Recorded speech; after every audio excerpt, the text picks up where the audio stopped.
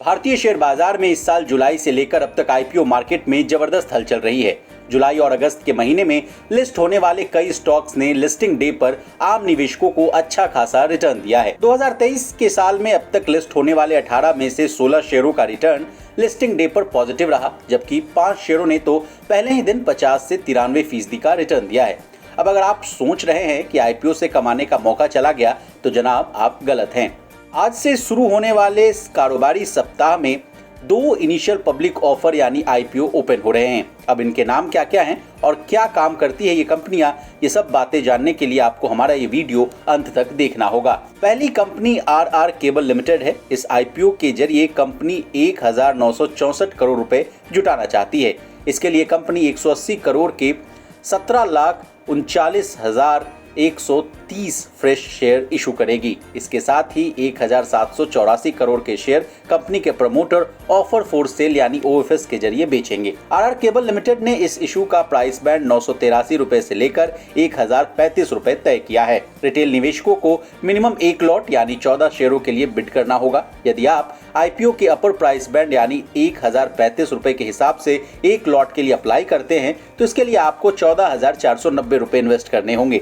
वहीं इस आईपीओ के लिए रिटेल निवेशक मैक्सिमम 13 लॉट यानी 182 शेयरों के लिए अप्लाई कर सकते हैं।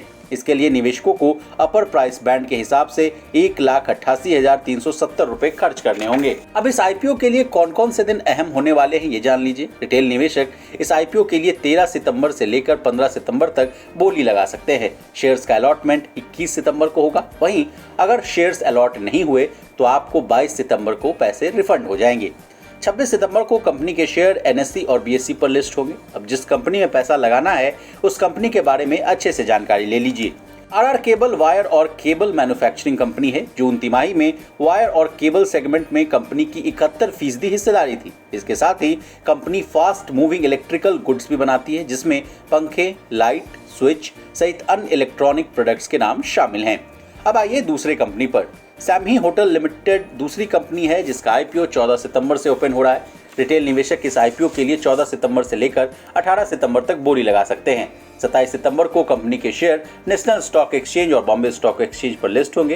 हालांकि अभी तक कंपनी ने आईपीओ के प्राइस बैंड जारी नहीं किए हैं। बता दें, जल्द ही कंपनी अपने आईपीओ का इशू साइज और प्राइस बैंड जारी करेगी। इसके बाद ही आईपीओ के मिनिमम और मैक्सिमम बिडिंग शेयर और अमाउंट के बारे में जानकारी सामने आएगी। अब आपके मन में ये सवाल जरूर आ रहा होगा कि कंपनी क्या काम करती है। सैमही होटल्स लिमिटेड वर्तमान में दिल्ली, बेंगलुरु, हैदराबाद, चेन्नई और पुणे सहित भारत के 12 शहरों में होटल चलाती है। इसके साथ ही कंपनी का एक होटल कोलकाता भी बन रहा है।